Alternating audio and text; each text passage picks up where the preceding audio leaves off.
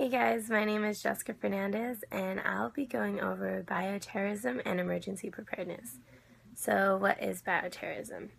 Bioterrorism is the deliberate release of toxic biological agents such as viruses, bacteria, or other germs used to cause illness or death in humans, animals, or plants. Usually these biological agents are natural, but they can be modified to change their strain, resistance, or resiliency.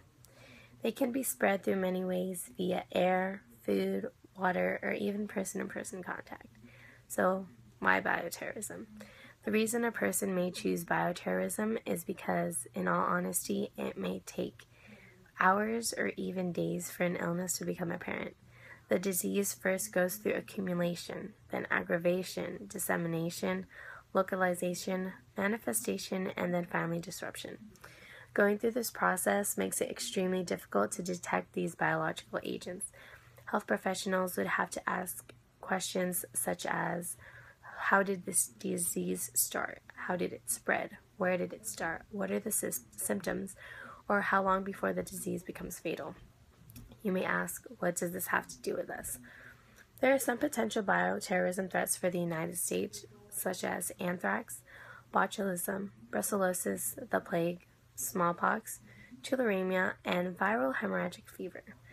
The most recent case of bioterrorism that I came across occurred just a few weeks after the 9/11 attacks, when about half a dozen letters were postmarked from Trenton, New Jersey, and were contaminated with anthrax spores, then were mailed to multiple journalists and politicians.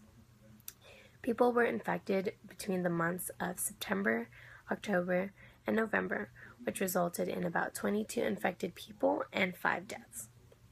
So what is being done to prevent or prepare for bioterrorism? Since the anthrax incident back in 2001, the U.S. government has spent about $60 billion on biodefense, which has gone to biodefense research under the National Institute of Allergy and Infectious Disease. Since 2004, the NIAID has spent an annual average of about $1.6 billion. The United States Department of Health and Human Services, alongside with the Office of Assistant of Secretary, Preparedness and Response, serves major biopreparedness programs such as the National Disaster Medical System. The Biomedical Advanced Research and Development Authority has also developed multiple medications and vaccines for future biopurposes. There has also been a call for biosurveillance. Biosurveillance is the analysis and interpretation of biosphere data that relate to disease activity and threats to health in order to achieve early detection of health events and the overall situational awareness of disease activity. What are county health departments doing to prepare for bioterrorism? At the front line, we have public health, medical, and hospital professionals who will investigate where and how the bioterrorism attack occurred.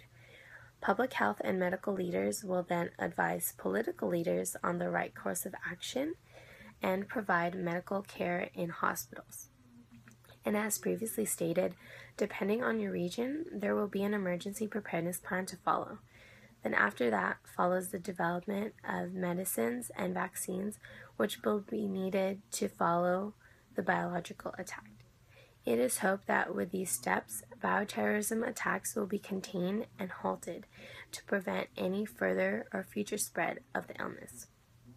With that being said, that's all I have for bioterrorism and emergency preparedness. I hope you guys enjoyed. I can't wait to watch the rest of your videos. Have a good one.